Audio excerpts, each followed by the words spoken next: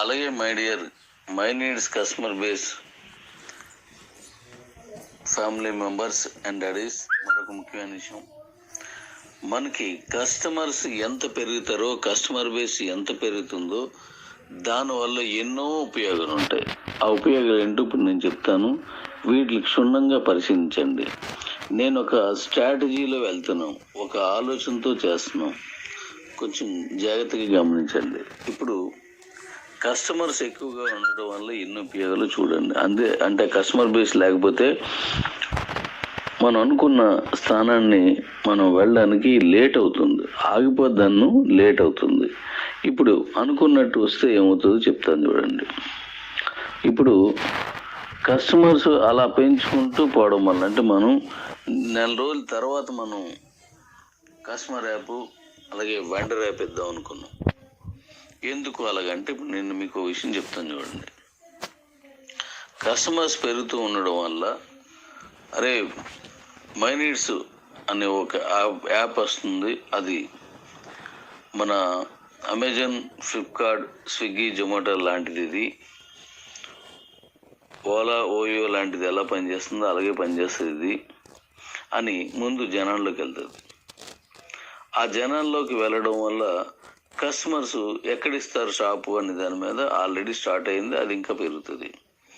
అలా చేస్తున్నప్పుడు ఈ కస్టమర్ బేస్లో షాపు వాళ్ళు, ఆటో వాళ్ళు, లేదంటే వెజిటబుల్స్ అమ్మేవాళ్ళు, చికెన్ అమ్మేవాళ్ళు, ఇలా ప్రతి వాళ్ళు ఈ కస్టమర్ బేస్లోనే ఉంటారు. వాళ్ళకి తెలుస్తుంది, ఓకే ఇది ఒకటి వస్తుంది, దీనివల్ల మనకు బిజినెస్ పెరుగుతుందని ఆ వెండర్స్ తెలుస్తుంది. అంటే ఆ వ్యాపారం చేసే వాళ్ళకి ఈ విషయం తెలుస్తుంది అనమాట. వాళ్ళు కూడా ఎప్పుడు వస్తుందని చూస్తారు. అలా కొద్దిగా ఇంకా కస్టమర్స్ పెరుగుతున్న కొద్ది ఆ వెండర్ కూడా మరొకరు రిఫరల్ ఇస్తూ ఉంటారు, లేదంటే ఎవరిని ఇస్తూ చూస్తూ ఉంటారు, లేదా మాట్లాడుతూ వింటూ ఉంటారు.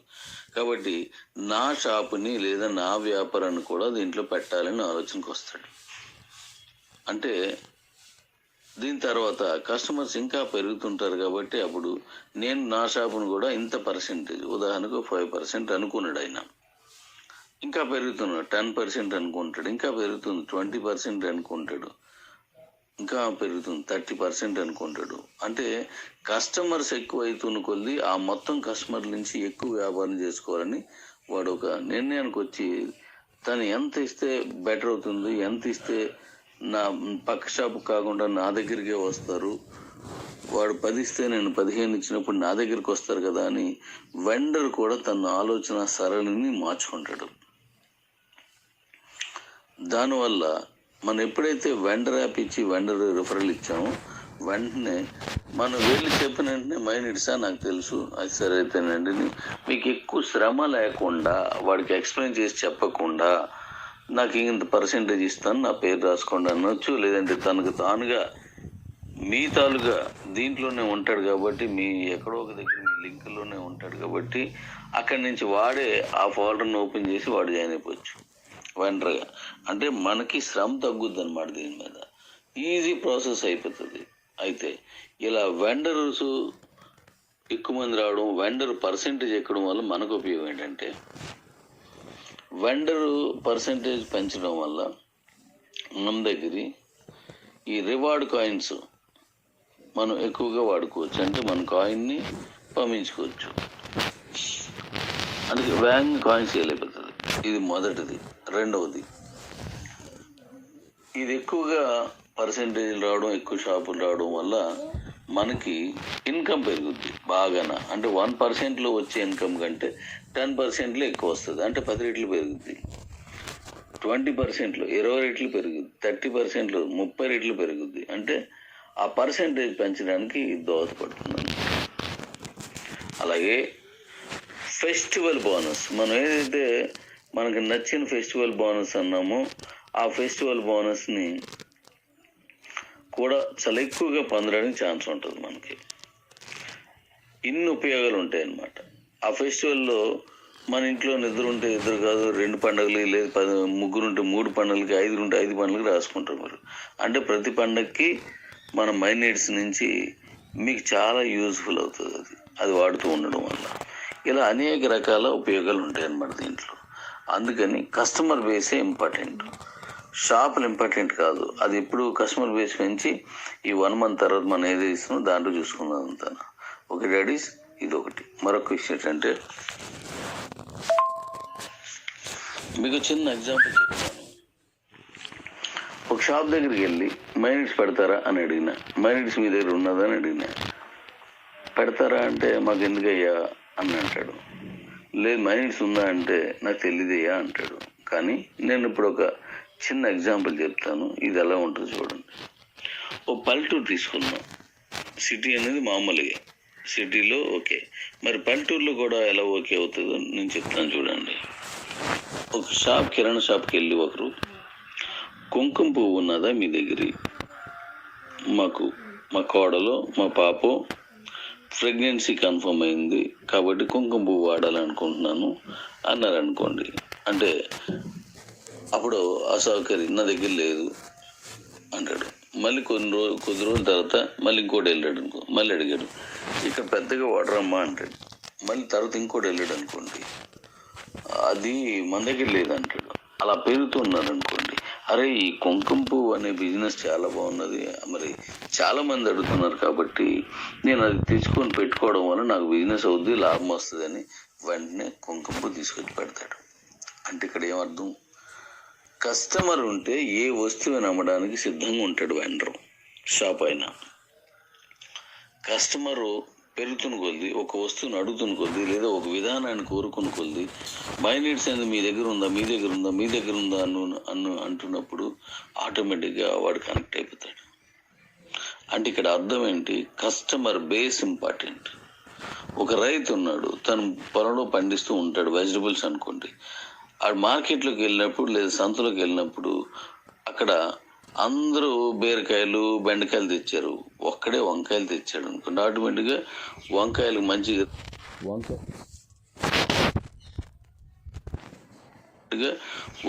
మంచి గిరాకీ ఉన్నప్పుడు అయితే వంగ తోట మనం వేయాలరా, ఇది మంచి బాగా రేట్ వెళ్తుంది అని చెప్తాడు. అలా ఏదైతే మంచి ఫాస్ట్గా వెళ్తుందో దాని మీద దృష్టి పెడతారు వీళ్ళు.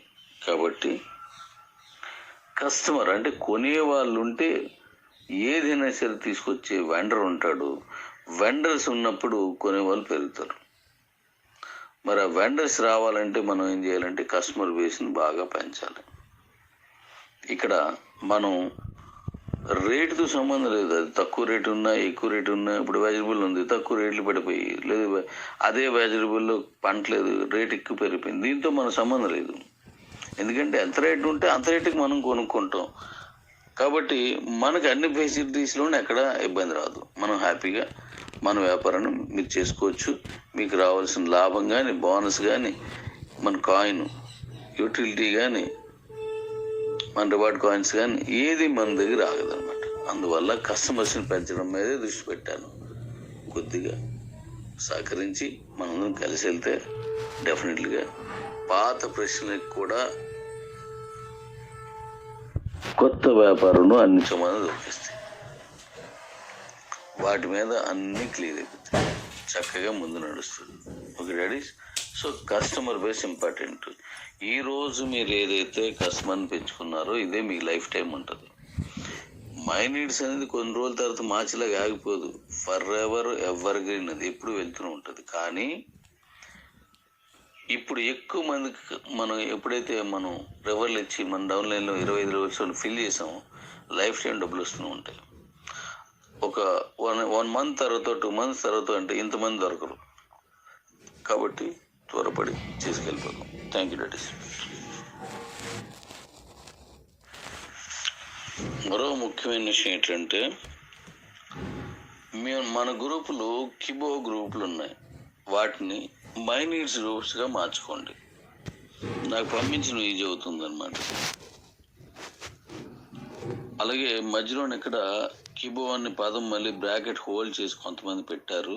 ఇప్పటికీ చాలా గ్రూపులు మారిపోయి ఆ బ్రాకెట్ హోల్డ్ చేసి కిబో అని పెడుతున్నారు. అలా పెట్టినప్పుడు కూడా ఇవి రావు అని నేను పంపించినాను కావద్దు చర్చిలోకి వెళ్ళినప్పుడు. కాబట్టి అన్నింటినీ మై నీడ్స్ గ్రూపులుగా అన్నీ మార్చుకోండి. మై నీడ్స్ నోట్లు అన్నింటికి పంపిస్తాను.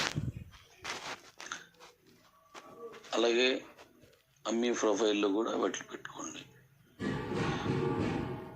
నెక్స్ట్ ఇవాళ నుంచి చాలా మంచి విషయాలు మీకు నేను తెలియజేస్తాను. Okay daddies. అలాగే మన కే ఎక్స్చేంజ్కి సంబంధించి దాన్ని కూడా 1-2 రోజుల్లో మీరు కొనడం అమ్మడం చేసుకునేలా ఇచ్చేస్తున్నాను. అది అంటే మొన్న ఇవ్వాల్సింది చెప్పాను కదా, ఈ మైనస్ ఫండ్ ఉన్నాం, ఇప్పుడు అది కొద్దిగా తీసుకుంటున్నాను. అలాగే బీసీటీ నుంచి వెళ్ళే కూడా అవి కూడా వెళ్ళిపోతాయి. అలాగే మీకు బీసీటీలోను విత్డ్రాస్ కూడా మళ్ళీ అది ఈజీగా వెళ్ళిపోతాయి. ఇక మీదట వీక్లీ పంపిస్తున్నాం. దాన్ని ఎక్కడ ఆగకుండా కంటిన్యూషన్గా దాన్ని ప్రిపేర్ చేసుకుంటున్నాను. దాన్ని మించి ఆటోమేటిక్గా వీక్లీ వెళ్ళేటట్టే ప్లాన్ చేస్తున్నాను. అది సాఫ్ట్వేర్లో రాయిస్తున్నాను. ఇక తర్వాత ఎంపీసీ ఏదైతే ఉందో ఎంపీసీని మీరు డబ్ల్యూఎస్లోకి మార్చుకోవచ్చు. ఇప్పటికే చాలామంది డబ్ల్యూఎస్లోకి పట్టుకెళ్ళిపోయారు కాబట్టి ఎనీ టైప్ ఆఫ్ ఎంపీసీని డబ్ల్యూఎస్లో పట్టించుకోవచ్చు మీరు. Thank you daddy's. మరికొన్ని అనేక విషయాలతో మళ్ళీ కలుద్దాం. మనం మై నీడ్స్ని ఎంత కస్టమర్ బేస్ పెంచుతాం అంత గొప్పది అవుతుంది. Thank you daddy's. Thank you. రానున్న కాలంలో ఒక అద్భుతాన్ని మీకు పరిచయం చేయబోతున్నాను. ఈ వర్క్లన్నీ కంప్లీట్ చేసుకొని దాంట్లోకి వెళ్దాం. Thank you daddy's.